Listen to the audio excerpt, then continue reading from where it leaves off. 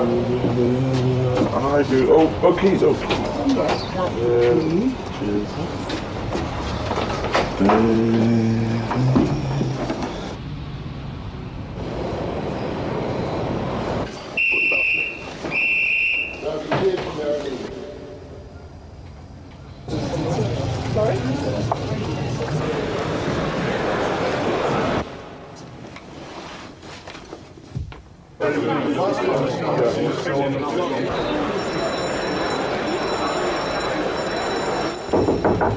Come in.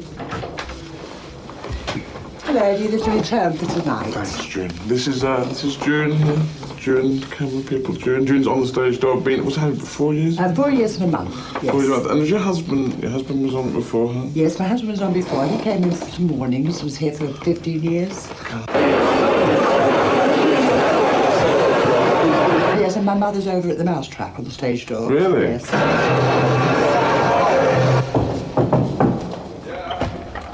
When you're ready. Okay.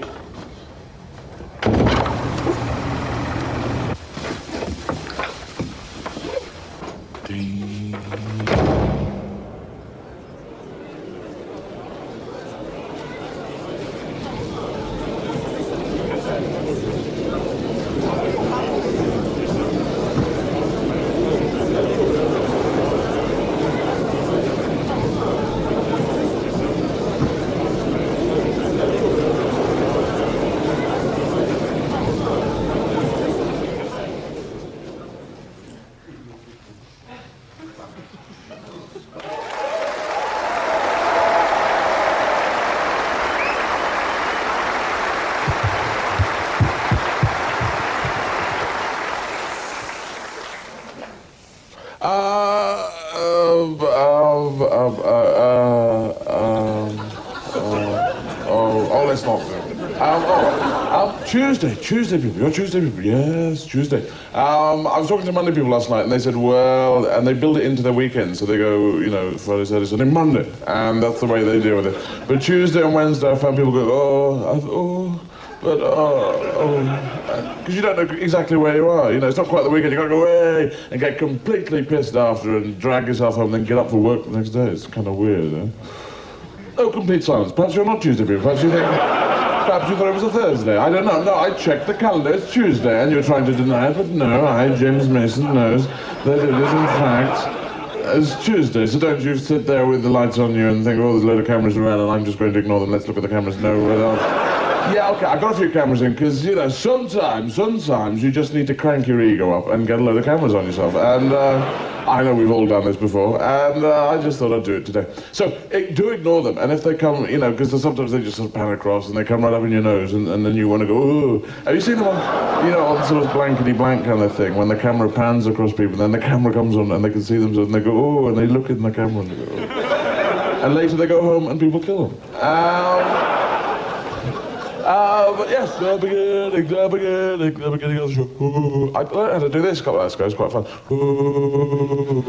It's quite fun because it just sort of makes that noise without any. That's in slow motion. I've only just got that now, actually. So it's quite fun, and that's all I do for 2 hours. Is and then I can do it this hand. Well, not so well, it seems. Certain balance. Yes, so thank you very much for watching, and good night. Oh, I'm back again, right. You'll notice in my show that there is a certain amount of bollocks. A lot of the rest is, I mix bollocks with bollocks, I found, and it sort of levels out to complete rubbish. So do beware. If you're in here for the Mousetrap, it's the wrong place, right?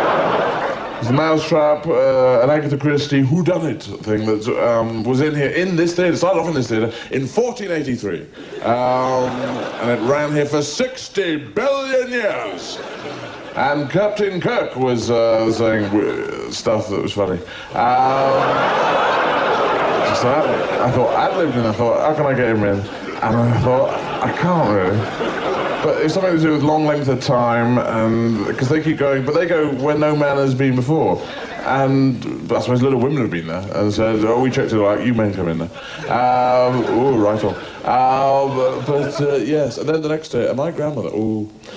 So, Yes, the mousetrap. The mousetrap was here. The mousetrap. Oh, and it's a story of a mouse, and and then it says who did it? Who did it to the mouse? And it was a big, and you put the big ball bearing in. It goes and it's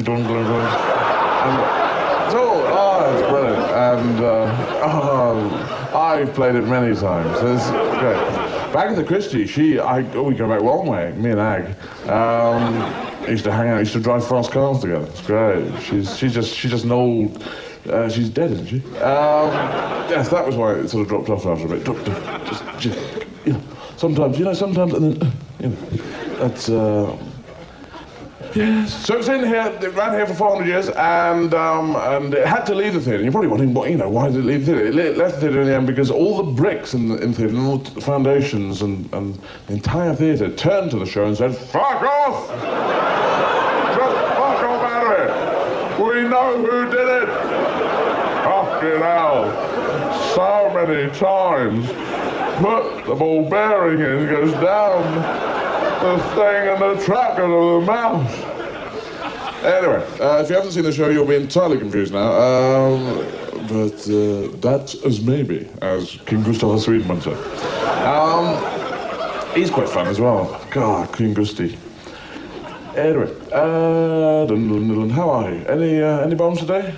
It's bombing season. It was the bombing season a couple of last month, wasn't it? It's sort of we get bombs in London. You get bombs all the time. Bomb, and we got quite used to it. Yeah, and it's sort of a blitz mentality that everyone's gone into, and people get hurt and killed, and even gas works get blown up now, which is kind of weird.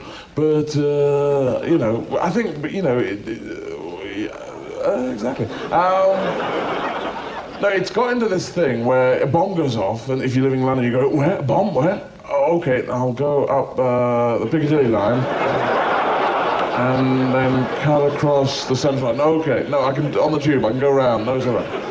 And you sort of build it into your programme, you say, what, this whole road is closed off?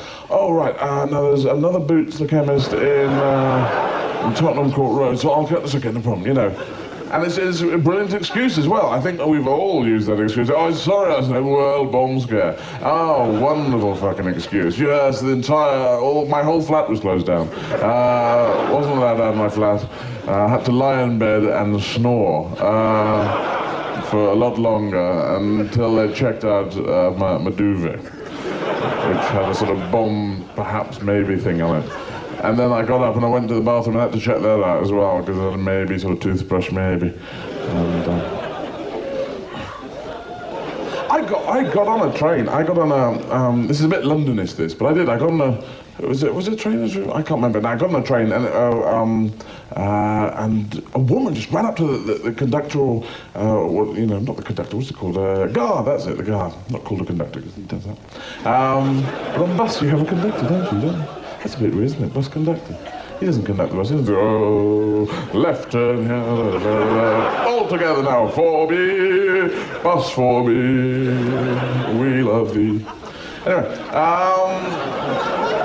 and so, yes, and so, this one guy, and he ran up, so there's a unattended bag, the big bogey word, unattended bag, was over there, and she's unattended bag. We looked and we saw unattended bag. We went, ooh, unattended bag.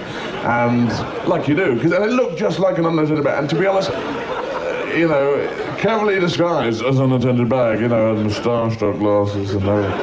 But they were just sitting over there looking, hey, I'm an unattended bag. And she was just like, and so we thought, ooh, we sort of pulled back. But this guy was, he's a member of the staff. So we thought, he's been trained, he knows what he's doing.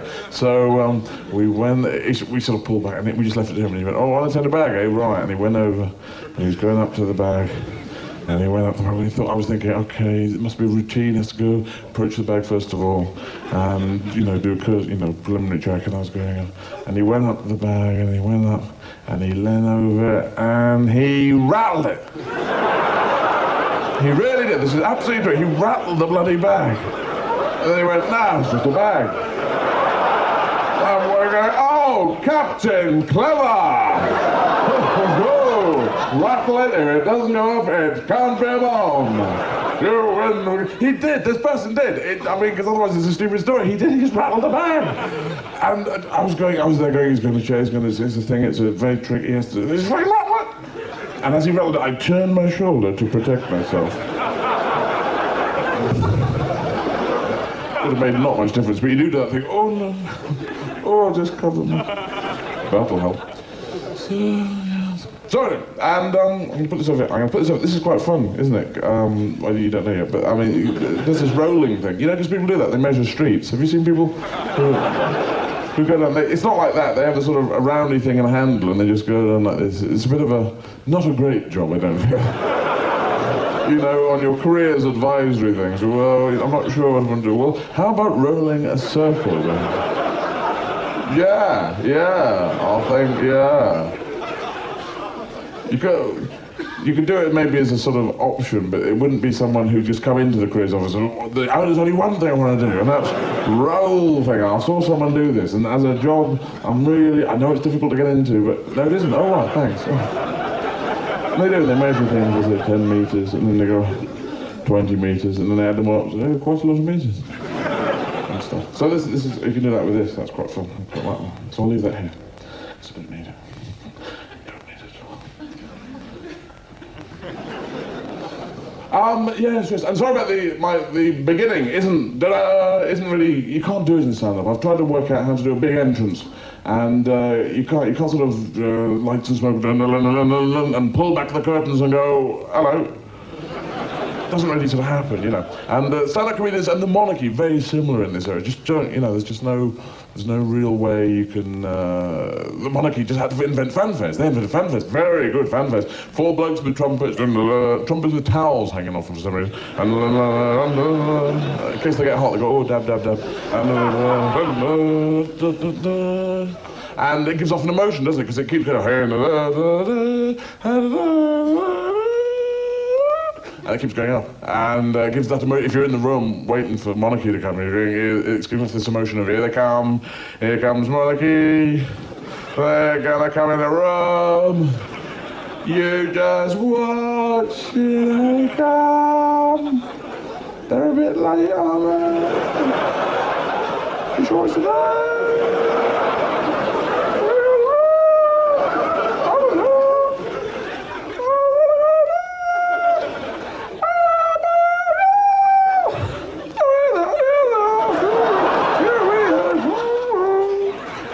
Oh, those two don't get on. Yeah, they all owe tax now. Yeah, the Queen has to pay tax now, yes. I wonder if she has said, she's phoning up and saying, no, those are my work jewels. Yes, strictly for work. No, well, 80% of them. I wear 20% of them on the day off. You know, that's my work crowns, totally tax deductible. Yes, no, okay, it's a fixed asset. No, it's a gross capital income. Oh, she must get a bit bored occasionally. And all these palaces have been burned down. Hampton Court burnt down. Windsor Castle burnt down. That was very weird. It's obviously Liz falling asleep with lighted fag. That's all. And Phil's going, just you be careful, Liz. Don't you fucking fall asleep with fag. I go, fuck off, Phil. I'm a queen. I want a fag. I have a fag. 41 years I've been a queen. I have a fucking fag. Oh, look at these paintings. Marvellous paintings. They're all on fire. On fire. You're right. Run, Phil, run. Scarper.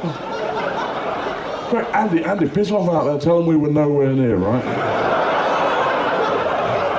My mother and father were nowhere near in Guatemala at the time, shooting sheep for...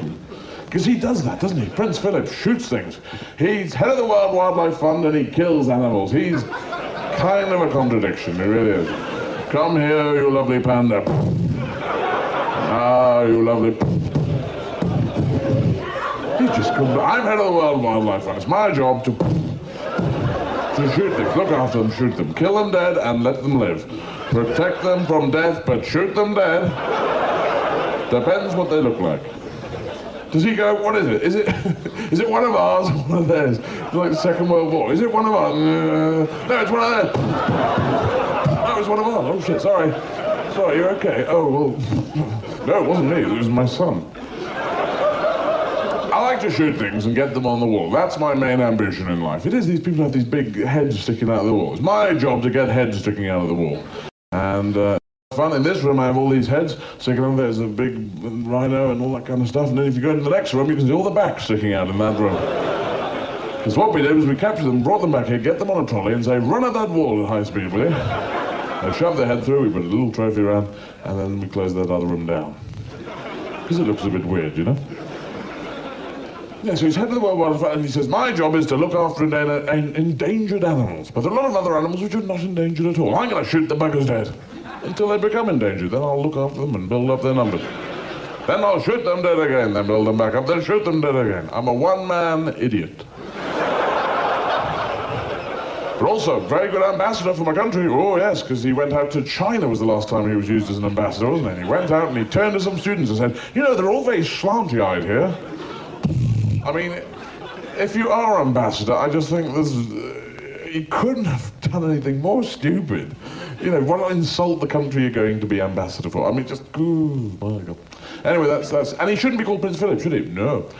Because, you know, there's this thing of, which is old and crap, and I hate it, which is that women take men's names. And I hate that, like Mrs. Peter Smith. And the woman's totally disappeared into this bloke, and, you know, into his personality. So I hate that. But if you're going to do that, then he shouldn't be Prince Philip. He should be King Elizabeth, shouldn't he? Yeah. And then he said, what's your name? King Elizabeth. Didn't quite hear that, mate. King Elizabeth. King Elizabeth, right? Are you a endangered animal?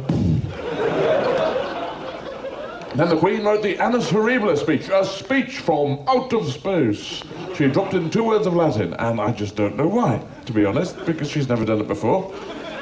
Perhaps in the Queen's speech each year, you know, because this year it was leaked out, you know, big excitement. And perhaps she's getting into a stand-up comedian kind of thing. So, my husband and I, 2 men went into a pub, and one said, no, you fuck off. Oh, anyway. What? No, you piss off, mate. No, I'm the Queen. That's a good put-down, man, isn't it? What? What? No, you piss off, I'm the Queen. Off with his head. Oh, we can't do that anymore. She wrote Annus Horribilis, and the journalists sort of reviewed it and said, well, Annus Horribilis, of course. But it's just, where does it come from? I mean, she just dropped Latin in. This year I've had Annus Horribilis, a shit year, basically. In your parlance, I should kirk. I think she was in the Twilight Zone at that point. Rod Sterling was always great with his fags thing, because it was all, you remember the beginning of the Twilight Zone, it would all start off just weird, wouldn't it? And it said, you know, and a monkey would come on and play a banjo, an old granny with a can of soup, and then it would cut back to Rod Sterling standing there. You go, what the fuck's he doing there? And he's there with a fag saying, a monkey, a granny, a can of soup. It couldn't happen, could it? But it could in the Twilight Zone. You just shovel out any old rubbish in there, can you know? A banana, a can of grease, an elephant, and a cheese chunky. Could it happen? No, but it did in the Twilight Zone. Follow the story. What do we do now, Rob? Oh, just muck about a bit, and then one of you goes to heaven. All right, got you. He was right, he was quite groovy, Rob. But there's also Tales the Unexpected with a sort of British, Tales the Unexpected. There's always a push at the end of the tale. Do you remember that on telly? Push at the end of the tale. They would go along and push. And they were easy pieces to write, because all you had to have is something unexpected happen. So you say it was a bloke. Yeah, exactly. What have you written? Your brains are in advance of me here. But no, you say a bloke, and he has a relationship with a woman, and or his wife or whatever, and he thinks his wife is seeing someone else, so he goes home from work early, and she's at home, and he goes home at 4 o'clock, and he opens the front door, and a pig eats him. Totally unexpected, isn't it? You could not get any letters coming in saying, I totally predicted the pig at that point. You could see it a mile off, matey. Don't you put one over on me. No way, piggy wiggy. Don't know if you do the last line, but it could, you know. Piggy, wiggy, wiggy, wiggy, wiggy. Because they do on Points of View, don't they? I don't know. Yes, so this proves my point. Whatever I was talking about, I have no idea what I was talking about. How did I get onto that? Oh, yeah, yes, the Queen. Yeah, that's it. So it's all gone very strange for the monarchy recently, and they've the family, they've all split up and everyone hates each other. They used to get married in enormously long churches, which was bizarre. All these huge. No, it's no wonder that the marriages split up, because they get pissed off with each other, just go to get married, don't they? Well, this long aisle. Where is the altar? Have you seen the altar? Do you know the altar? We don't know. We're just wandering around in lots of gear. And eventually they get off my train. Oh, you piss off. Don't like you anymore. Quite like you, though.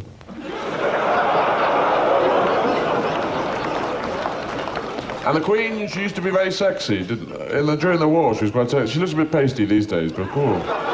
During the war, she was quite sexy, wasn't she? Oh. I know no audience can believe this, but all the ones who were Queen sexy, no way. Oh, her and Marge during the Second World War. Oh, fancy them.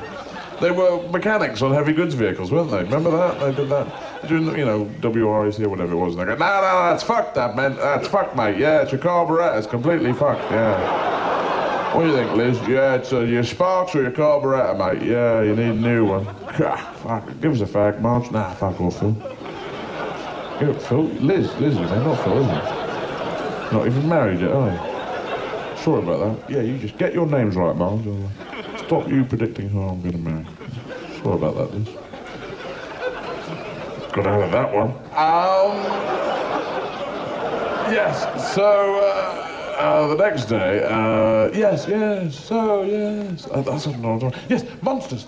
I'm quite into monsters. Monsters are quite interesting because they're big in our psyche, in human beings, in our psychology. We know about monsters. We see them on television and films. Dracula, the big monster that was on the film thing, and that's good. But I've never actually met a monster. You never in a newsagent queuing behind a monster. Now they're going, curly whirly. What do you want, Dracula? I'll have a sherbet bonbon and sherbet dab would be nice.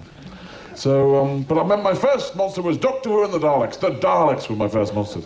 And they were very, very scary. And all kids knew, as soon as the Daleks came on telly, you had to hide behind furniture. We never actually watched the Daleks. We just listened to a Radio 4 version of the Daleks. You say, dog, what's happening now? You go, well, the Daleks were woof, and woof, woof, woof. And they've gone, oh, woof, woof. And then it's gone, woof. It's over. Yeah, great. It was a dog, he couldn't speak English, you see. Anyway, yeah, so that was the Daleks. And they were very scary because they had a death ray. If you remember how they were designed, they had a death ray. We will exterminate, we are the Dalek, we. They were quite sort of tremorously as well. And on one side of the death ray, on the other side they had, of course, a plunger. We will exterminate, everyone will be exterminated, unless we decide. Yes, extermination, essentially, that's... Why have we got this? What's... All right, exterminate... What's a plunger? Why have we got plunger?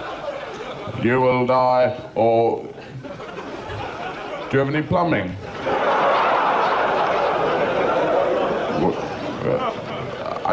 What? Death or plumbing? Death or... Plumbing, death or plumbing, death or plumbing, plumbing, mainly plumbing, okay. Plumbing, I suppose. Do you have ink? We can put ink out and do circles, do shapes.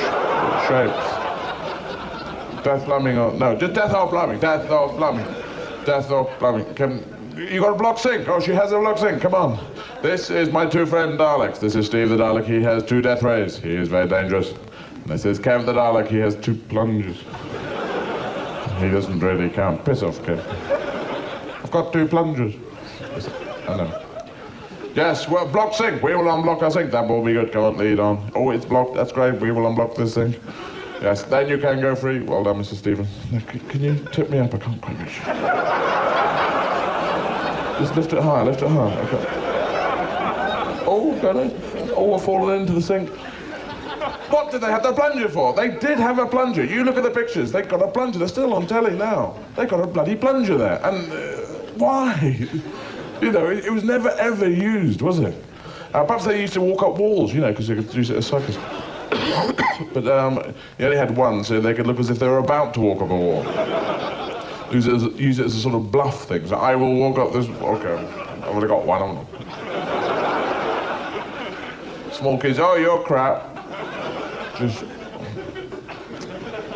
So there's that, and then they had, sometimes they didn't have a plunger, sometimes they had a three-pronged claw. Do you remember that sort of grabbing thing? Like you get at fun fairs, where kids can steer it over a bunny rabbit, a furry bunny rabbit, loads of furry bunny rabbit, and the kids put it, and they drive this, and it's over the furry rabbit, it opens, goes down, feels the bunny rabbit. Comes back with absolutely nothing and says, there's your no bunny rabbit, there's no bunny rabbit at all. Well done. Congratulations on no fucking bunny rabbit.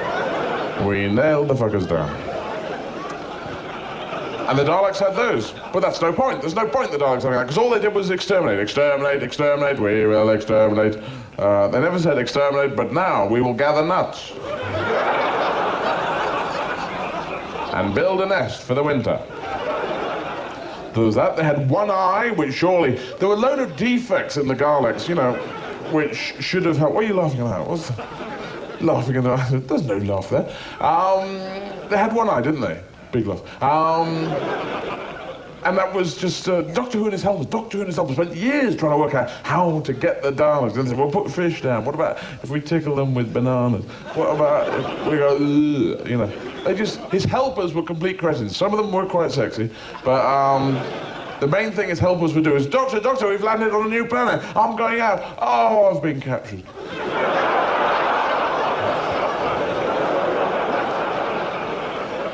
All they do, wasn't it? Doctor, oh, I've been captured. Let's go over here, oh, I've been captured. Look, I've been captured. I'll just go and get captured. Doctor, we've landed on a new planet. It's time for me to be captured. Oh, I've been captured. You never guess what, Doctor? What? You never guess what? I've been captured. I've been captured by... Oh, he's gone. Hey, wait for me. You captured me. Oh, you refused to capture me. What a bastard. No capture today, then. Anyone want to capture me? And then the doctors, once they've been captured, the doctors who would have to go, oh, I'll go and get them. Oh, no. And then he'd drag them back. Come on, just stay here. Stop running away. Oh, I've been captured. Stop being captured. Nail your foot to the floor. True story. And they never worked out that they could just run up to defeat a Dalek. No. To defeat a Dalek, all you need to do is run up behind and put your hand over his eye, you see. And then he goes, don't tell me. It's Kev the Dalek. Steve the Dalek. Oh, I don't know, otherwise, no. I haven't got a clue. So that's it, you know, that's brilliant. And then there was other big defects, like the Daleks saying, we will exterminate, everyone in this house will be exterminated. Oh, they've all gone upstairs. Oh, for fuck's sake. Oh, fucking hell. They're all in the bedroom. Can you see they're all in the bedroom? Can you see their feet? They're watching the generation game. Oh, for fuck's sake. Didn't we know about stairs? You're supposed to do this, Kev. You're supposed to know about this. You're technical. God. But there was a later episode where they managed to get upstairs. You remember that? Doctor Who and the Daleks Go Upstairs, it was called. And they were upstairs, it was great, and they came in. They said, now we're upstairs. It was a rope and pulley system, you know, like lifting in pianos through an upstairs window. They said, now we are Daleks, we are upstairs, we are Daleks, we are Daleks, woo, woo. Oh, they've all gone downstairs. Oh, for fuck's sake. Oh, we'll never... What are you both... One of you supposed to be down there. Why are both of you up here? God damn it. And then they had wheels, didn't they? Doctor Who... Well, the Daleks were on wheels, not Doctor Who. And that was a big... You never saw the Daleks chase across the shag pile carpet, did you? Or the Daleks chase through the wood, very rare. The Daleks in the ploughed field, very few of those scenes, were there? And the Dalek boys like, you're covering me with mud! Comedy turned to camera, you know. Wah, wah, wah. Crappy old sound effect. Have you got a tissue, Steve the Dalek? I haven't got tissues. I'm a Dalek. I don't have tissues. Oh, Steve the Dalek. What are we going to do, leader, then? I don't know. We're stuck in the mud. I will ask those animals with 4 legs that go moo. They might know. Tell us, who is your leader? Take us to your leader. We are Daleks. We're stuck. There's cows there going, oh, it's a load of Daleks. Looks like a lot of Daleks, doesn't it? James. Yes, it does. Very well pointed out, Sean. Thank you very much. It's a load of Daleks got stuck in the mud. How quite unusual. Very strange. And why are we playing cows as well? That's another question. Why is Sean Connery and James Mason playing cows? And why does Izzard have to announce what his impressions are before he does it? It's because they're so crap.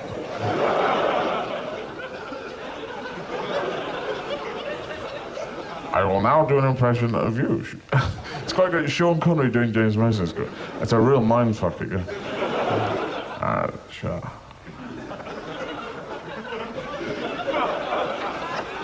No. no. I can't do it. It really... It's hard enough to get into one, to get into both of them. We can get into one and then go into the other. Shannon. No, Mr. President. Oh. Well, Sean Connery doing me, that's quite weird as well. Anyway, I'm no good at impressions, but I can do, sometimes they sound like Sean Connery and James Smith, sometimes they sound like Arthur Askey and Bernard Manning. But religion is really what I want to talk about. And philosophies as well, because philosophy and religion and philosophy, they're two words that are both different in spelling. But I'm not religious, but I think that religion's a bunch of collection of ideas, philosophy's a collection of ideas, but religion is also, I feel, a collection of ideas, but with a mystical God who is above. Is always above, never to one side. Never say, God is, of course, over there.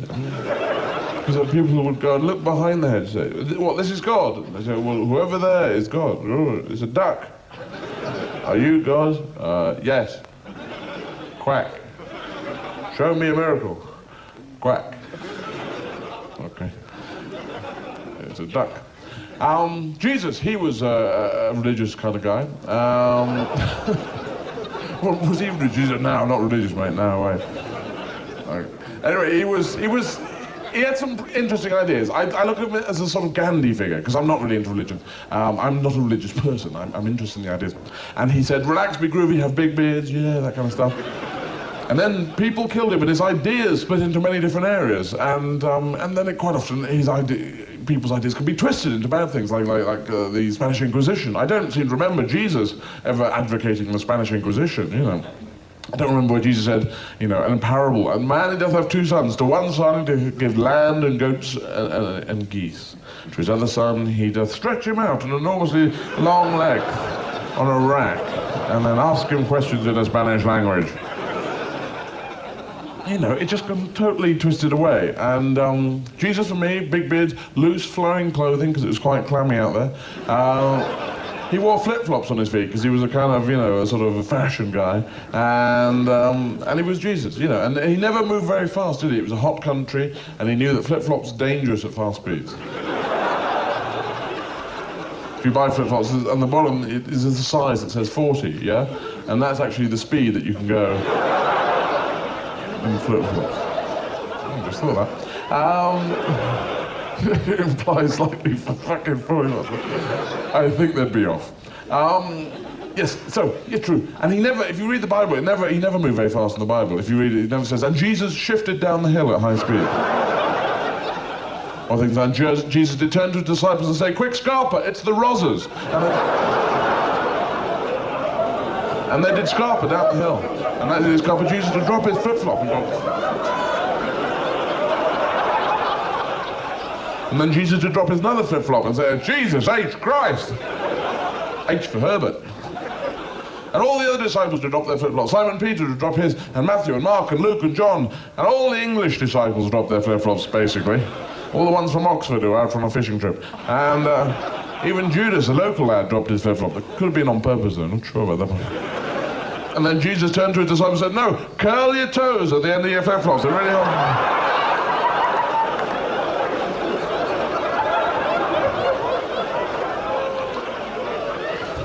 So Jesus, Lord, it is a miracle, the curly toed miracle keeps the flip-flop on.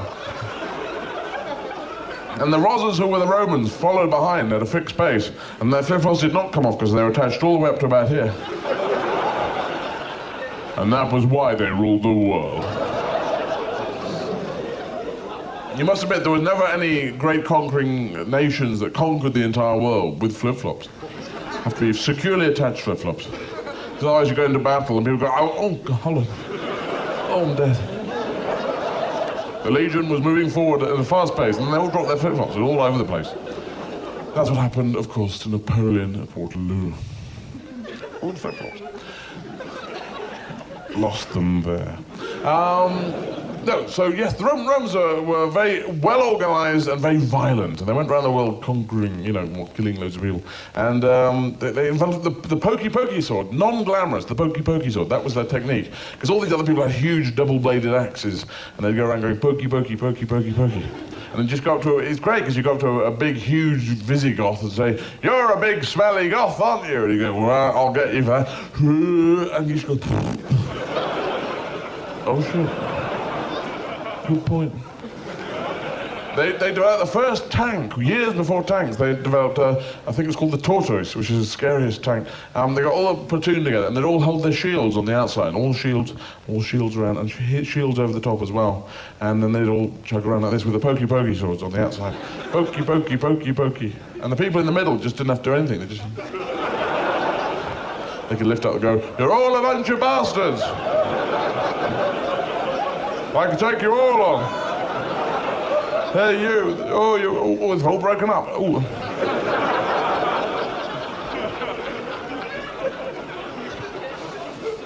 But Jesus, yes, groovy, and he was for change, wasn't he? He was for updating, which is really weird with today people saying, "Don't change anything." That's what Jesus said. He said, "Come on and change everything," because the Pharisees were the people who run the show at the time he arrived, and they said, the Pharisees said, "You've got to talk to God through us, because we got the big hats and stuff." And Jesus was against them, and he was against the hypocrites as well. Do you remember the hypocrites? It used to feature in the Bible a lot. He says, and the hypocrites did come into town and just say, "Oh, I wouldn't have done that." And the people would say, "But you told us to do this, you bloody hypocrites." I said, "Yes, thanks very much. Thanks for noticing." Who are the hypocrites? A load of people who are duty-bound to go and say, "What a stupid idea." It's your idea. Thanks very much. It's your idea, you bloody hypocrite. Thank you very much. It's my religion. Hypocrisy is a religion. Anyway. So Jesus did talk. He talked to his people. And he did miracles, didn't he? The walking on water, the fishes and loaves, the water into wine, and the socks into sugar. Socks into sugar was hushed up, rather, of course, for the people were there, assembled one day, and they said, "Jesus, we have no sugar for our coffee. What shall we do?" And Jesus said, "No problem. See my socks? Pow!" And they were sugar. And the people did say, "Actually, well, we're all trying to cut down anyway. Jesus, appreciate it. But, oh, I spilled mine. Oh, we've all spilled ours all at once. Anyway, appreciate that. But, next time, another time, thanks." And he talked in parables, and he wanted people to work out what he was talking about. So he would tell them stories. And the people would say, "This is a bit confusing. Could you just tell us 10 commandments?" "Yeah, that much it is. 10 commandments, 10 commandments. Tell us all the 10 commandments, 10 commandments, 10 commandments." And he says, all right, I'll tell you the 10 commandments at bedtime. And the 10 commandments are much more simple. They were just direct laws. Thou shalt not kill, thou shalt not steal, thou shalt not do 8 other things. Thou shalt not cover thy neighbour's ox as one, yeah? Because your neighbour would come in and say, "Where's my bloody ox? Whose tarpaulin is this? What's my ox doing under this tarpaulin? Do you cover my ox? I'm your neighbour.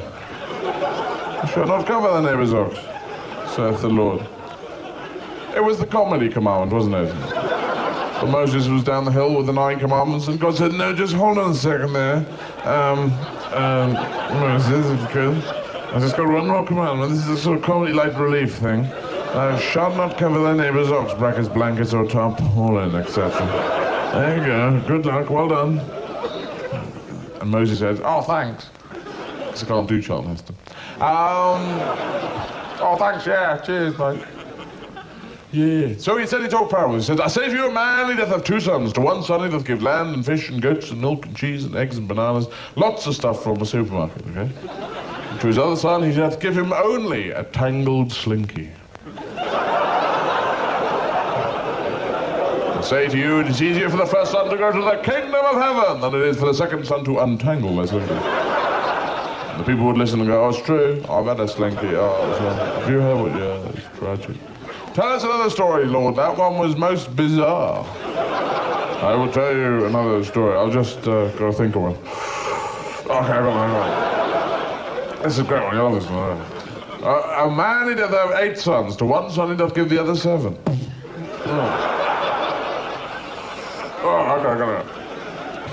There we go. 2 men doth go into a pub, and, oh, God. Oh, look, just smoke this, you'll understand. Oh, I see. And they were relaxed and groovy people there, and they did sit around the bonfire of a night going, "Oh, wish we had a guitar." But religion's still linked into schools. Schools actually have a religion, which is really weird. Schools should teach all religions and all philosophies, all the positive, groovy ones, so you can pick and choose as a child. It's choice, that's the good thing. But I went to one that had the Anglican faith, the Church of England, built into it. And I said, well, Vicar, this comes from Jesus' ideas. Explain how you've distilled his ideas into Church of England. He said, well, Jesus was big beards, relaxed, be groovy, talk to God. And we've got it down to mumbling in cold buildings. How about that? Wow, bang on target. It really has gone somewhere weird. I mean, I don't think God's up there with Jesus on his right hand saying, get off my right hand. You think, where's the Holy Ghost gone? I can never find him. Woo, woo. Come over it, just sit down. They're mumbling, it's mumbling day. You got the Lord's Prayer. You can see that every Sunday. We will now mumble the Lord's Prayer. Our Father, Charlie, Charlie. Charlie, Charlie, Charlie. There's no joy, no life in there. The vicar should say, improvise the Lord's Prayer, however you want. Then people would have to talk and think. And then say, oh God, hallowed be thy name. Your kingdom come, thy will be done, but doodle-doo-dun-doo-dun. Give me today my daily bread. And my daily toast, I prefer, actually, with daily marmalade and my daily sugar puffs. And forgive me my trespassing. Why is trespassing in this prayer, by the way? It's not the most heinous of world crimes, is it? And the idea you're going to trespass on a daily basis is kind of weird. Well, yesterday, as per usual, I was in next door's garden. And I kicked his gnome over into the fish pond. And but he put the back wheel of his car over my garden, so I forgive those who trespass against me. Yeah. And lead me not into temptation. I'm not going to that cream bun shop. And if evil comes, deliver me next door. Because you've got the kingdom, the power and the glory, and you've got a Ferrari, well done. So that's it, that's living it, you know. And then there's hymns as well. Where do hymns come from? Hymns like, Kumbaya, my lord. At least it's more upbeat, but whoever wrote the lyrics is up all night on that one. It goes, Kumbaya, my lord, Kumbaya, Kumbaya, my lord, Kumbaya, Kumbaya, my lord, Kumbaya. Last line, spin it around, come in from a totally different angle with, oh Lord, Kumbaya. But think about it, the music is the music to Z cars, isn't it?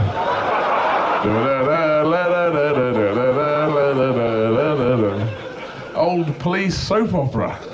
And the words are the words to that famous television program, sheep herding one, called One Man and His Dog. Kumbaya, kumbaya, woo, woo, kumbaya, woo, woo, woo. And so God's up there saying, some coked out of his head fiend's got kumbaya. One Man and His Dog is Z-Cars, a soap opera. For God's sake, what's going on? There's that, and then there's the huge old hymns, big, lengthy beats, ones that go on for hours and days. And they're played on an organ, which is not an instrument, it's a wall, isn't it? It's got rocket silos at the top, it's got 500 keys, it's got a clutch, it's got a brake, it's got an accelerator, it's got a load of choke buttons for a cold start on a Monday morning. It's a bloody lorry. The big Verger's 109 back, it's sucking me in, Vicar, it's sucking me in. Play it, damn you. And the vicar gets up and says, we'll now sing hymn 4,000,009. Oh Lord, this one goes on forever. And the introduction goes in. Na, na, na, na, na, na, na, na, na, na, na, na,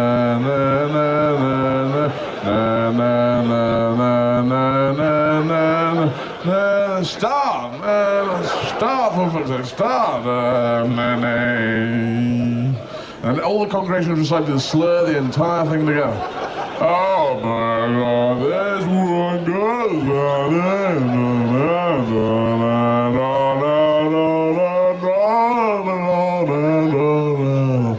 over the page.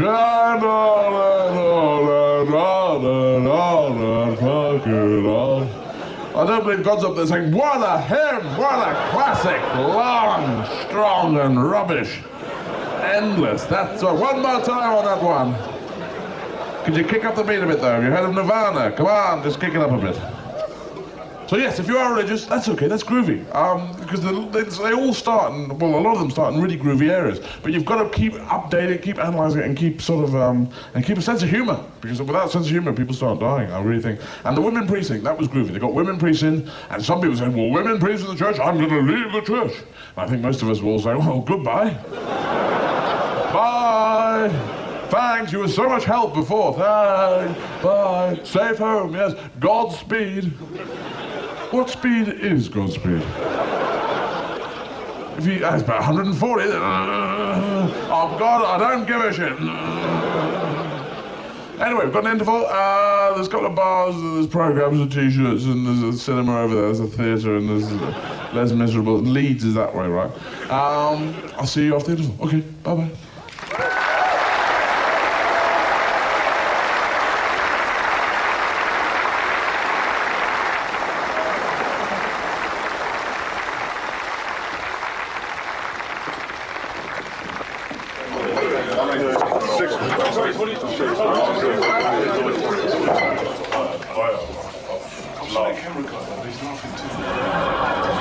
You're just laughing when he's masterful.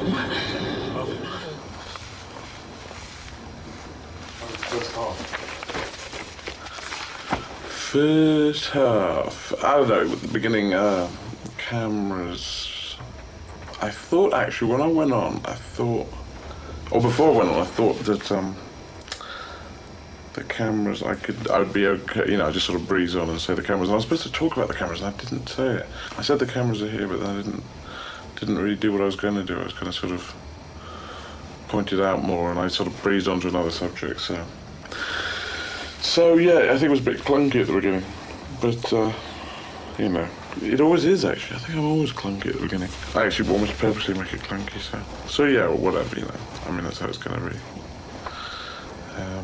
And just keep it tight in the second half. Yeah.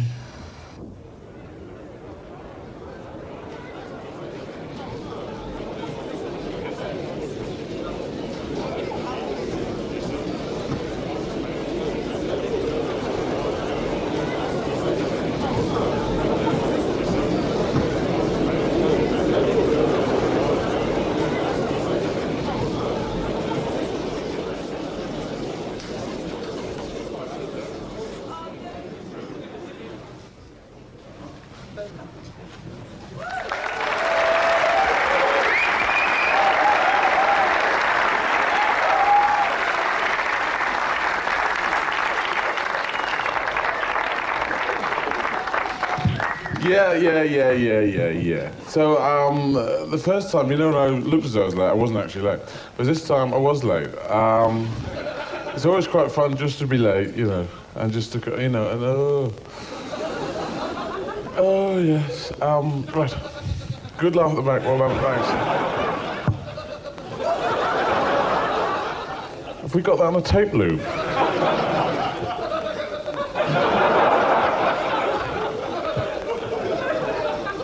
It's one of those things you turn over. You can just turn... You can even turn over imaginary ones. What? Where were you in the first half?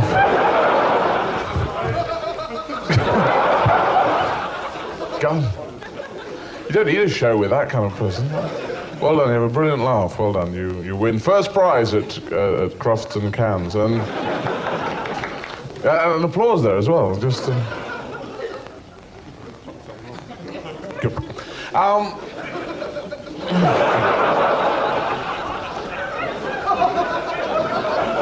Can we kill him? It's very good. Okay, if we can just... Can we turn the volume...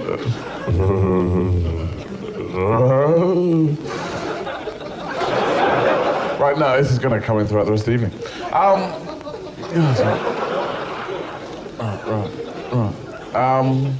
I'm just gonna. Because I was late. Are we all? Is it coming through on the thing? I don't know. Anyone can tell me. Or stop the show if you're not. Because I was backstage. It's on and I wasn't on. I was miles away. I was miles away, Andy. I was on the back. I just heard it through the tannoy and I thought, shit, I better go on. So no, I wasn't a liar. So you fuck off. Sit there, smug liar, but fucking set that out rate. It's all scripted. That was all scripted. I will put this thing here, which I did put on that side. I'll now put it on this side because it's that way. I've worked out it's quite a good sort of switching system. If you've fallen asleep, you wake up, you'll know it's the second half because it's there. It's the real first half, and you can just check. Sorry. No, you fuck off. No, It's Sean and James. Sean Connery, James Mason just hang around the back and sweep up, don't you? Don't you, lads? You what? Let's just run back. It's just there. Isn't it? Have you seen it? We can't find a broom. Find a broom at all. There's no broom here. That's true. We can't find a broom. I've been on for ages. Just sweep up. We've got loads of people. I've got to go back out. But which exit shall I go back onto the stage on? In London? Oh, I don't know. Shall I go this one or the other one or the one round the back? Oh, no one knows which exit I'm going to come out of. Oh, it's a radio mic. Oh, I could be anywhere. Doesn't know where it's going to come out. Hey, surprise. Didn't fucking move. Because you can do that. You go around. You run around and you come out there or there. And everyone goes, "Whee!" But it's essentially a physical gag which involves a lot of running, and anyone can do it. So I thought, look at that. I'll just stay there. And then that was quite clever, isn't it? It was quite clever in a sort of vaguely non-cleverish, kill the bastard kind of way. Yes, so, bang. Do you know, I was talking about religion, and the monarchy, and they have these certain built-in rituals and ceremonies and things that happen over and over and over, which is the long way of saying rituals and ceremonies. And traditions is another word for it, isn't it? And they happen every year, and quite often we do things like, some Tuesday, the third Tuesday in February, you have to go like that or something, and the school kids just do it, and then they get back to their work, and we don't question it because we've got too many other problems. That's the reason why. Like Shrove Tuesday. Shrove Tuesday comes along, and of course we eat pancakes because years ago we all know that Jesus was, and Judas came in with some Jif Lemon. It was Jif Lemon Day, and it was a pancake, and they had a race. They raced, didn't they? They raced. It was a pancake race, and but this is the Last Supper, perhaps, where they're all going, "Oh, Jesus, where's the bloody pancakes?" You know that famous picture of Leonardo da Vinci, his cousin. Mr. Da Vinci, you're a bit crap, aren't you? Yes, I am.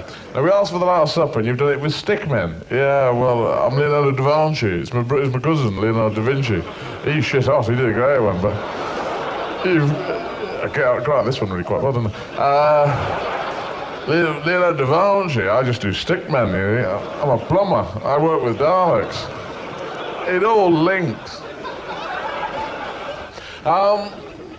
But yes, so rituals come along. Shrove Tuesday. Another one is Halloween. Halloween comes along, 31st of October. It's so scary, we all forget about it, don't we? We haven't got a clue it's happening until, for me, I keep on catching Blue Peter, the sort of kids program with entertainers and stuff, and presenters, that's what they call. But they come on and say, "Oh," and you switch on, and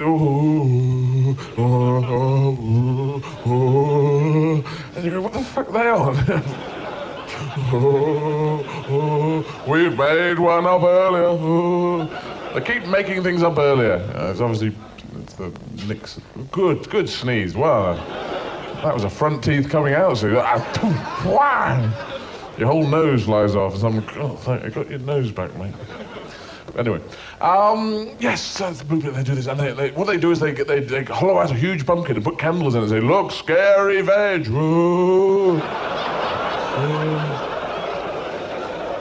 But trick or treat is strange because all the kids dress up in costumes and they come on your door and they knock on your door and say, trick or treat, give us stuff.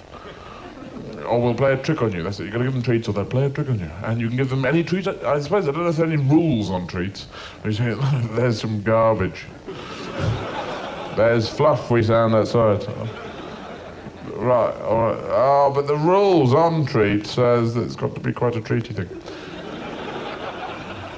Take you to court. Sue them for wrongful treat thing. Wrongful issue of treats. I mean, you could give them lard, I suppose. That's quite a good treat. Lard. There you go. Lard for you and lard for you. Oh, thank you very much. Got lard from that house, yeah. Big lump of lard each. Completely useless. But kids being what kids are, they go, "No, you can't have it. It's worth a lot of money." Because lard, my grandmother used to swear by. Lard, lard in the morning, lard in the evening, lard, lard, lard, lard, lard. My grandmother used to get up and go, ooh. Lard, you say. Lard, go to work on a lard. And if you're cooking sausages, it was lard down first, sausages on top, lard on top, sprinkle lard, lard, lard, lard, creosote, lard, lard, lard, Dulux paint, I don't know. Loads of stuff on, then there's a cherry on top, and you serve it all up with a flagon of lard for everyone. Lard. Here you go, here's lard in your face. Thanks very much. Here's a dagger in your stomach. And remember, you could use it as a feigned way of seeming like you're generous. Go into pubs and say, landlord, lard for everyone.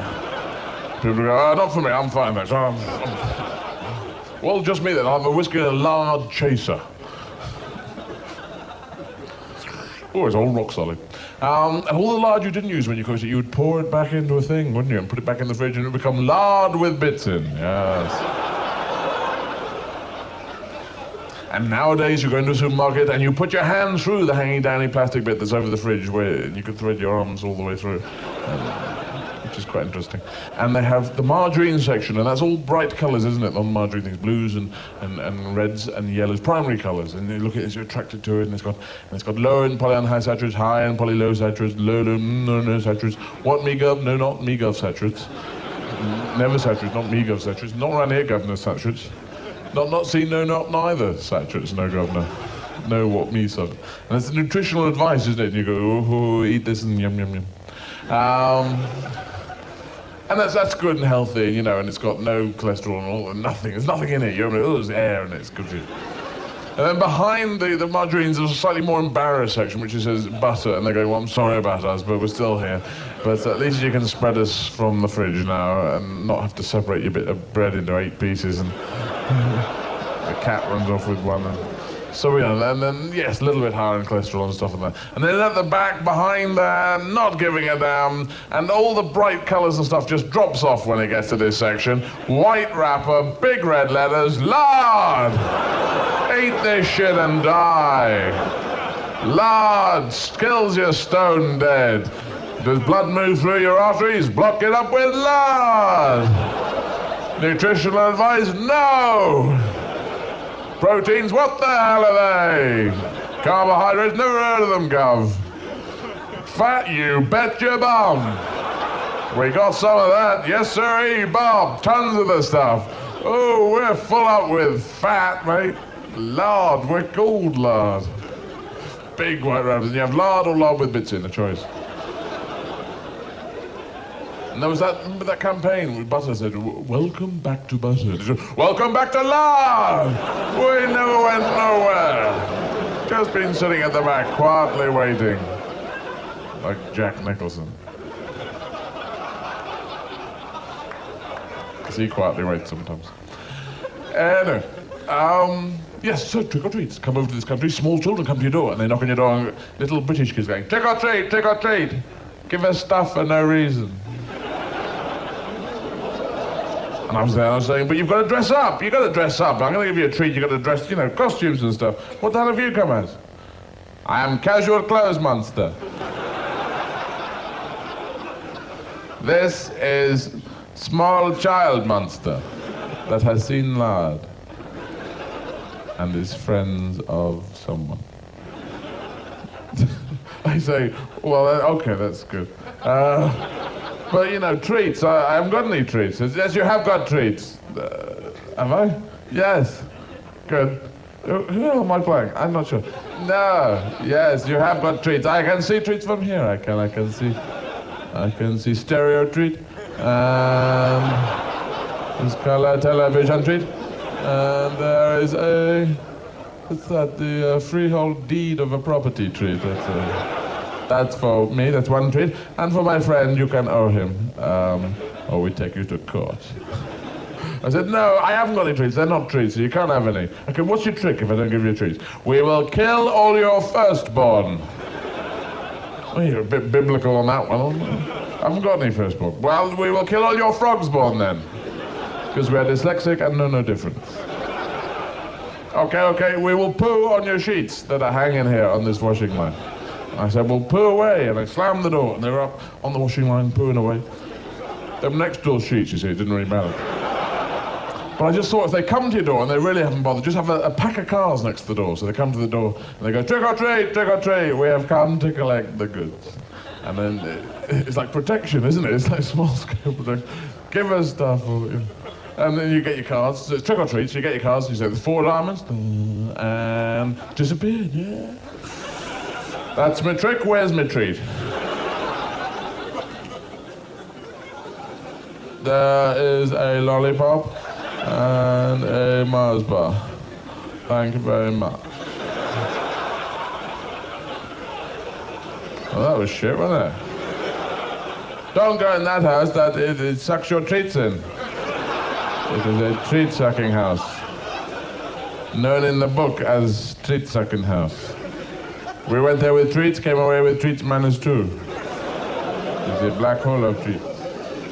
And you can talk about, it's very weird, this stand-up comedy thing. It's very strange, because you can talk about anything you want. The really big subjects: death, religion, sex, violence, war, love, God, and clammy weather. And clammy weather is the root of all evil, I do feel, because hot weather close off, cold weather close on. But clammy weather, it's no good for human beings at all. None of us go to a travel agent and say, do you know anywhere clammy? And they go, well, the clammy Azores, you could try. The clammy islands. And you look at the brochure, you go, oh, right. You go, pictures of people going...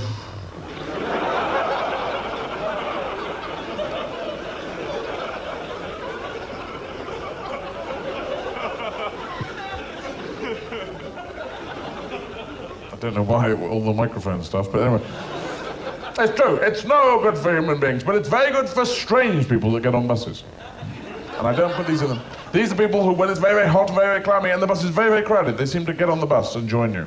And they're very cleverly strange, because they never get themselves away. They never get on the bus and say, I'd like a 40p ticket to Wah! Because if they did, the driver would go, no, you're one of those strange people, aren't you? No. No, you're not getting on this bus, not on James Mason tours. Recently privatized, no way. No, you get off right now. Didn't really sound like James Mason, but I just said it very, very fast for some reason. Now get off of the bus, I'll get Sean Connery, the conductor, to come down, and he'll beat you in Spanish. Now get away. Okay, I'm James Mason as well, I am. There's 2 of us. No, you're not James Mason. Yes, I am. There's 2 of us too. Sean, kill him.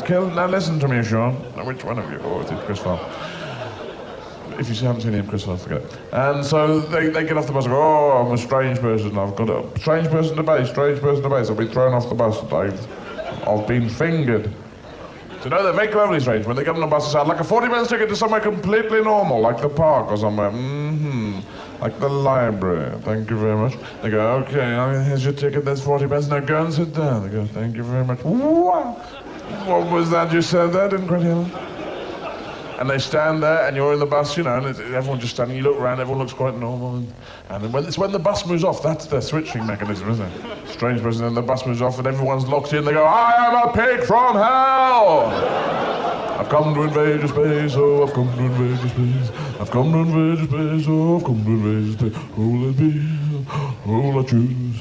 And everyone's going, everyone becomes a Greek chorus. He's come to invade our space, oh, he's come to invade our space, oh, he's come to invade our space. And we have a way, civilized people around the world have a way of dealing with a strange person on the bus, and we deal with them by going... Externally, we're doing calm, no problem. Yeah, okay, yeah, fine, okay. But the eyes are telling the story. The eyes are going, dive, dive, dive, dive, dive, dive. We are civilized people on the bus. There's a strange person here with us. He's trying to talk to us. It hasn't been introduced by two members of family. Help, help, mayday, mayday, we're going down. Grid reference, 4, the post office really. Is there anyone from a more huggy nation on the bus? Anyone from a more tactile nation can talk to this guy and tell him to fuck off? He's coming up to me, I've got to go away. Help, help, I'm going to get out of control. Go away, just go away. Pull your socks up, man. That never works. The socks up line never works, because these strange people have pulled out of society, and I just get this feeling that they've pulled out of the sock market as well. I'm like, oh, that's it, socks, isn't it? Just pull my socks up, meet my wife again, house comes back, and chairman of ICI. All over it. What if I pull one sock right over my head and back down? Then I will have my socks up, but I will be Captain Strange from Tortuga. No, that doesn't work, because what you've got to do is you've got to go into their conversation. If you want to talk to a strange person, go and talk about whatever bollocks they're talking about, yeah? I know this because I was street performing down at Covent Garden, like all that stuff in the programme, me on the unicycle. I did all that 4 or 5 years, and we worked on the street all the time. We hung out there, took our clothes off down there in freezing weather, which is kind of bizarre. And these people lived on the street. These were not strange people from on the bus. These were strange people sans bus. Strange people en plein air. Oui? Strange people with no fixed abode. Strange people without portfolio, as they say in the government. They just come up to you, and you'll be having a conversation. They come up and go, fish, fish, fish, fish, fish, fish, fish, fish, fish. And we go, what fish? What? We haven't got any fish. What? What on earth are you talking about? And they kept doing this, and we couldn't work out what to do until we realised, let's go into that fish conversation. Let's join that fish conversation, but with a greater intensity than them. That's your key. So next time they go, fish, fish, fish. We went, huge fish, big fish, we love fish. Lead us to fish, take us to the fish land. And they were going, fuck, you know. Get the fish freaks. I mean, I like fish, but not that much. It really works, it really does the treat. Don't get freaked, just go into their conversation. They come up to you and say, car, peanut butter, car. You say, car, peanut butter, bar, peanut butter. They go, Jesus, he's out of his tree, this guy. And they just back off. Guy on the bus, I am a pig from hell. You stand up and say, I am king, pig from hell. All pigs from hell must leave at the next stop. Oh, he's a king, I didn't realise. Strange person to obey, strange. There's a king on this one. Okay. Roger. You didn't know what he said, did you? So it's very true. Also, the other thing clammy weather's very good for is gnats. Gnats, gnats, gnats. They love it, old gnats. Sometimes you're out in the countryside and there's one of those big slopey downy things. You know, big sort of hangy downy hills, they're called, aren't they? There's a forest and a stream and there's a sunset and the water's babbling down going, well, I'd heard that, yes, I'd heard it. And you stand by the banks of the river and you inhale a wonderful lungful of gnats, in fact, isn't it? Gnats you couldn't see, that you wandered into as you're wandering through the forest going, what a wonderful, what a good... And then you just do the dance of the meeting gnats dance, don't you? I've met gnats. And you can have a badge that says, I've met gnats. Ask me why. People go, no. I'm very strange, ask me why, badge. Why are you strange? Because of pigs who live in trees. Anyway, so, and once you walk into gnats, you inhale them, don't you? And then you're coughing up gnats the rest of the evening, going,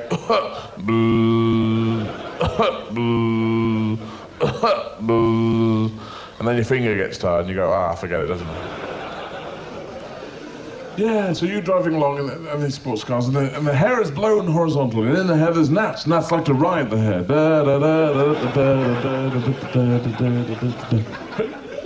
And then the people get out of the car and they walk off and the hair is still horizontal. The gnats are holding their hold there and relax.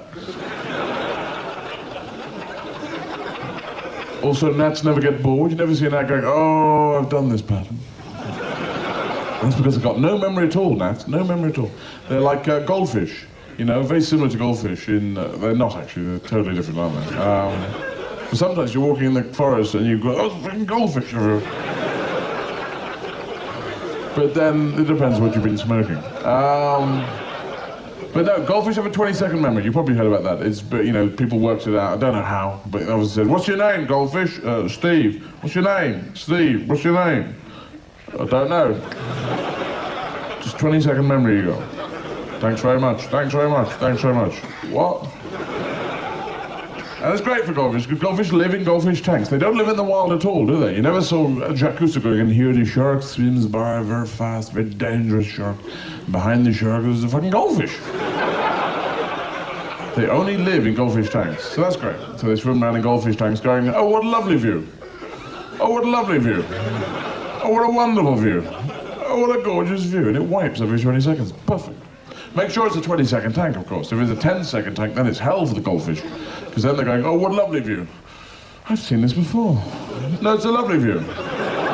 It's very familiar, though. Oh, what a lovely view. Or is it deja vu? Interestingly, if it's a 19-second tank, then they're going, oh, what a lovely view. Oh, what a lovely view. For sure, oh, what a lovely view. Isn't that, what a lovely view. If it's a 30-second tank, then they're going, oh, what a lovely view. To here. Then they'd go, oh, what lovely. Would they? Yeah, they'd overlap, wouldn't they? Oh, I think we're right, yeah.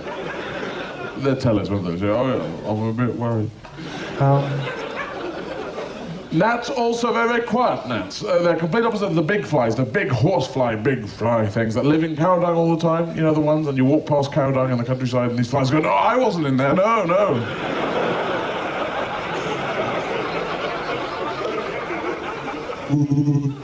What a wonderful sunset, what a wonderful sunset. Back in the cow dung, Maz, he's gone. Oh, he's gone. What happens in cow dung? Must be a big speakeasy, that's what I think. And they've got roulette tables and croupiers going, faites vos dung, mesdames, messieurs, les dung sont faites. And they're very noisy flies as well. They're always shaving. Ready. And sometimes they fly in your room and the next door's room. They're always flying around, these flies, you know. Obviously estate agents in a previous life, checking out your room, the other room, the lounge. But the main thing about gnats is they have a silent G in their name. Silent letters in the English language is completely stupid because there's no logic to it. It's a letter you write but you do not pronounce. And I got this idea, it's devil may care errors off the wall, but why not write them? Why not bother writing down the G in gnat, which is so heavily pronounced? I mean, it's just completely stupid. Or if you're going to do them, have invisible letters as well. Ones that you can't see but you have to pronounce, yeah? I mean, it's really stupid. And dyslexia, I'm dyslexic. Not totally, I mean, I can read things, but it really takes me a long time. I'm a lot slower than most people. And so it's real hell when I was at school. Silent letters drive you up the bloody wall. And dyslexia was diagnosed in the 80s, but not in the 70s. I was at school in the 70s. So in the 80s, they're saying, oh, you kid, you have dyslexia. Now you sit there, and everyone on with a spelling test, you just watch telly. He's going, oh. Oh, great. Cat with a K. Going, yes, there's some biscuits and a glass of lemonade as well. Socks with a D, yes, there's another telly and some more biscuits. Limpet with an N. Yeah, what? There's a car and £4,000 in cash. A sausage with an S. I'll have that biscuit back. But in the 70s, they're saying, you lazy bastard, you pretend you've got dyslexia, it hasn't been diagnosed yet, you made it up, you can't even spell the word, you spell it, I'll believe you, but you can't, so I stab you with a bread knife, I stab you with a bread knife, I stab you with a bread knife. And the irony is, of course, you can't, can you? Because you have to slice with a bread knife, that's the irony. Because it has a beveled edge. Very British word. Oh, let's have a beveled edge. I'd like a whiskey with a beveled edge, please. Yeah, so, whatever I said, yeah. So that's true, and dyslexia and stuff, and they say to me, spell cough, and I go K-O-F. They go, it's not K-O-F, you fool, you swine, it's C-O-U-G-H, soug. We spell it soug and we pronounce it cough because we're British, for God's sake. That's how we made an empire. We invaded India, we thought it was Kent, we couldn't spell it, for Christ's sake. Look, we've got some rules that'll help you. I before E, except after C. Except for one or two words that don't obey the rule. There we go. In the end, thank you. Thank you to people, fish. In the end they say, look, just spell ant, and I'd write out the entire alphabet. And they say, that doesn't spell ant. I say, it's somewhere in there. There's the A, there's the N, there's the T, the rest are silent. But if you are dyslexic, and you'll know this, when you were a kid, one thing that made us complete killers when we were kids, and that was the game of I Spy, yes. I Spy for dyslexic kids. Our games were going for many days, they were. I Spy something beginning with S. They go socks, sugar, soup, semolina, sherbet, shingle, shooby-dooby. Getting out dictionaries, soliloquy. No, it's not. Solzhenitsyn, he's not in the room. What the hell is it? I go, S is for ceiling, hey! And they'd stab me with a ruler.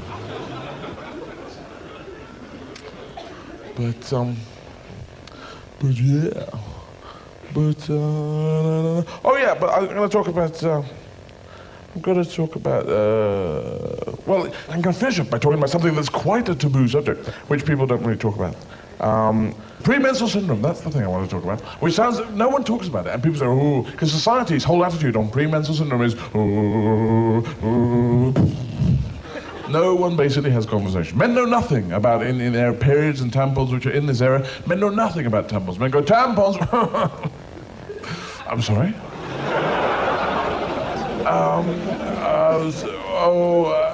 I've no idea. Oh, look, there's a badger. Can you see the badger over there? Men know nothing. They don't. They know a few things. The fact they're bought in packs of 10, packs of 20, packs of 40, something like that. And so they assume it's a cigarette thing. And the women are going, yeah, I'm up to 60 a day. Yeah, it's tragic. Then there's the sizes, super, super duper, super uber duper, super duper, and mine's a large one. And then they're very small, but they expand. But men don't know how far they could expand all the way, all the way, all the way, all the way. Until women are going, oh, I'm completely deaf in one ear. No idea, no idea. Communication, you can't over-communicate. Well, you can, because we go, shut up, you know, but it's a positive thing. It heads towards a positive thing. Like with AIDS came, so we had to communicate. So now with condoms, we're much more relaxed. If we want them, we just go to any shop anywhere and say, I want condoms. Yes, condoms, yes, 400 of the buggers. I feel lucky today. Oh, it's an antique shop, all right. Well, 400 Geronimos then. Mr. Fred Brewster, age 81, yes. And you can do it as go into pubs, say, landlord, condoms for everyone. We go, oh, thanks, mine's a green one, please. I'll have one with ribs and one with barbecue sauce. One with sour cream and chives, one with a flake in it, and one with lard. Self-starter pack. So that's great. Communication, we move forward. But within periods and tampons, it's difficult enough for women to talk about it, because in teenage years, some girls go to their mums and they say, Mum, explain periods and tampons to me in a relaxed and groovy way. That will make me feel good about my body.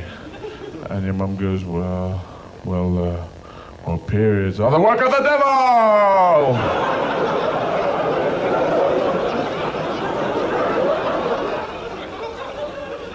Thanks, Mum, that's really sorted me out. Thanks for helping out there. Can you try and explain this perhaps a tad more with a little less histrionics and shouting? Well, okay. Once a month your body...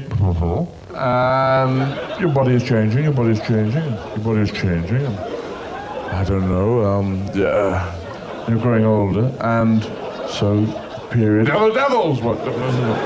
Stop. I don't know, I don't live here. I'm not your mother. What, it's easier to disown me than explain periods? Oh, yes. So there's that, and premenstrual syndrome, there's tension and negative energy, and it's not, you know, it's that week before the period that's held, the week of the period, and 3 weeks after the period. It's just those 35 days in a monthly cycle. And discussions change from, did you remember to get that thing? You go, you didn't ask me to get anything. Okay. No, but I'll get it next time. But during the period, do you remember to get the things? You didn't ask me to get I asked you to get it. You say you. Are you talking to me? Are you talking to me? Are you talking to me? Are you talking to me? It's a curtain. Are you talking to me? Are you talking to me? It's a joke for 3 people. Are you talking to me? I just think Robert De Niro should run out and taxi driver comes all the way up and goes, oh, I got a fucking curtain here. Because you put a curtain right there and a gun on it, and it was very... See the film, then laugh. Watch the video, which will be out in 5 years, and then... Anyway, yeah, premenstrual syndrome, get on with it, go, yeah, all right. Yeah, so you're talking to me, yeah, and it's all this... and it gets really tense. And I just thought...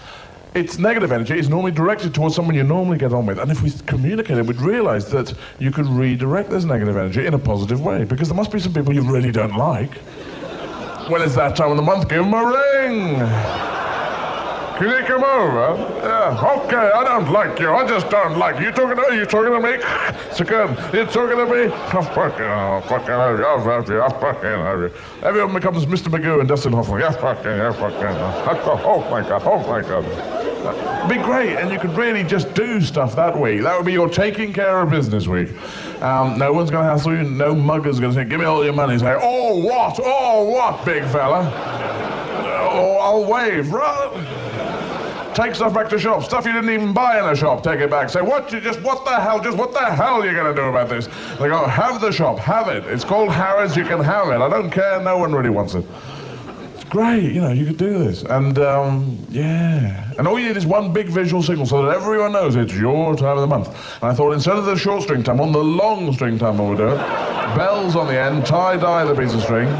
When it's that time of the month, you're around town.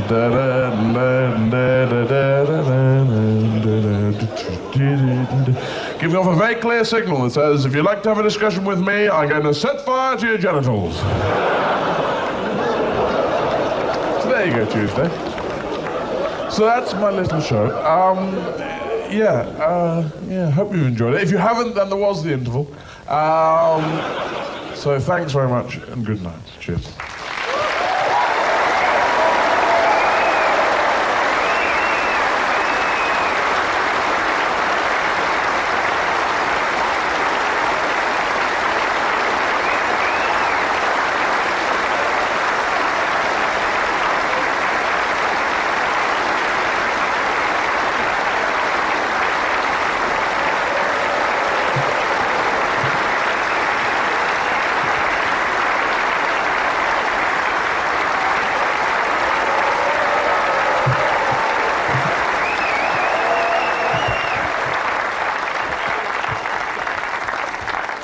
So the next day, right, we ran out of competition.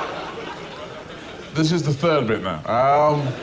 No, I won't anymore because I think stand-up comedy is a bit weird. Talking for 2 hours, it's a talking medium, you have verbal medium, and you talk for 2 hours and come back on and go, but here's a cracker, right?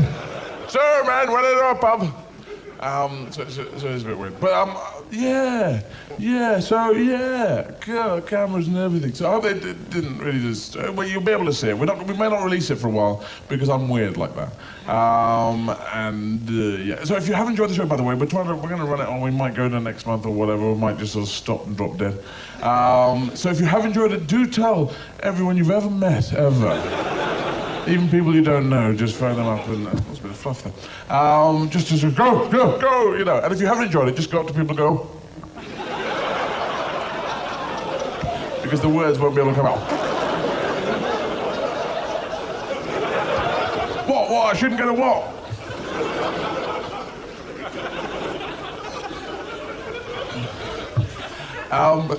Or just say, oh, it was the mousetrap. Yeah, as well.